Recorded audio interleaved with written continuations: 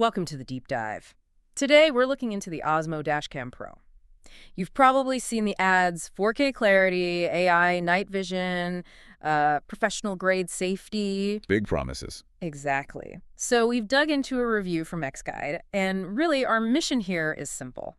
Is this thing the real deal, or just, clever marketing for a pretty standard gadget?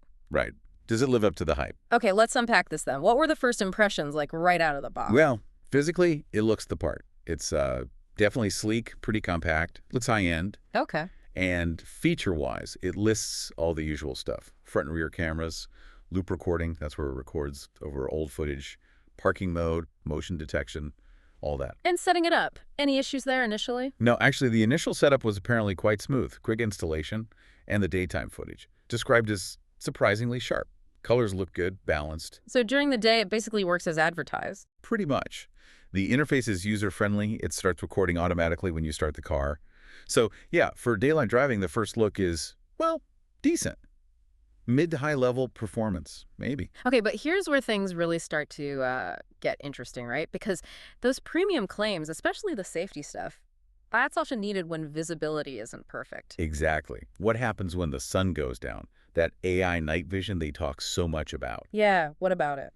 Well, that seems to be the major sticking point. The performance apparently just tanks at night. Tanks how? Image quality drops off severely. The review mentions really grainy visuals. And the big one, weak plate visibility.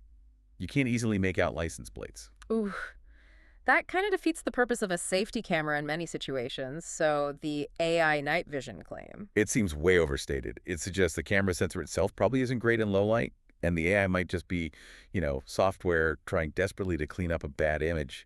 It doesn't really add detail that isn't there. Which brings us to the price and the marketing. Precisely. The feeling is that it's basically a mid-range camera being sold at a seriously inflated price, based largely on these exaggerated claims.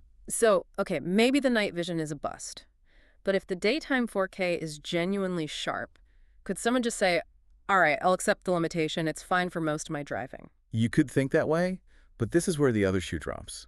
It's not just about the performance specs. It's about reliability of the product and the company. The customer service angle. What did the source say about that? Yeah, it gets pretty messy. There are reports from buyers saying they didn't even get the model they ordered. Sometimes a totally different, lower-spec camera showed up. Seriously? Yeah, and shipping delays from the official website, osmoofficial.com, seem common. Plus, getting help from customer support, often described as unresponsive. So if something goes wrong. You might be waiting weeks just to get a response about a refund, let alone actually getting it resolved. That lack of reliable support, especially for a safety device, is a huge red flag. Okay, so pulling it all together then. What's the final verdict from the source material for you, the listener? Scam. Legit. Somewhere in between. The consensus seems to be semi-legit. Look, it's not a complete fabrication. It does record video. Right.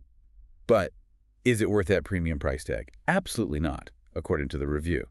Especially when the key safety feature, the night vision, is so weak.